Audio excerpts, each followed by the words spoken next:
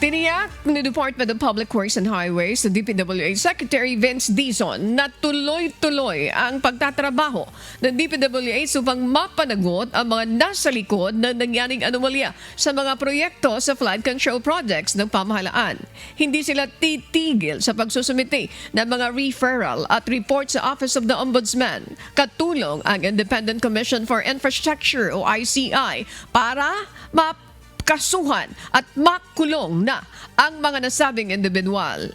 Walang ibinigay na iba pang detalye sa Secretary Dizon kung sino-sino ang mga individual na mapapabilang sa nasabing referral. Ngunit tiniyak ng kalihim na matibay ang ebidensyang mayroon sila para mapakulong at maparusahan ang mga ito upang mapatunayang may kinalaman talaga sila sa nangyaring anomalya.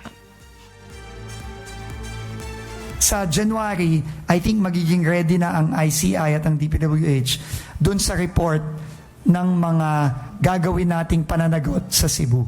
Dahil dun sa nakita nating mga problema sa Cebu, sa flood control project sa Cebu, magiging ready na ang ICI at ang DPWH to submit their reports and their referrals and our referrals to the Ombudsman by January.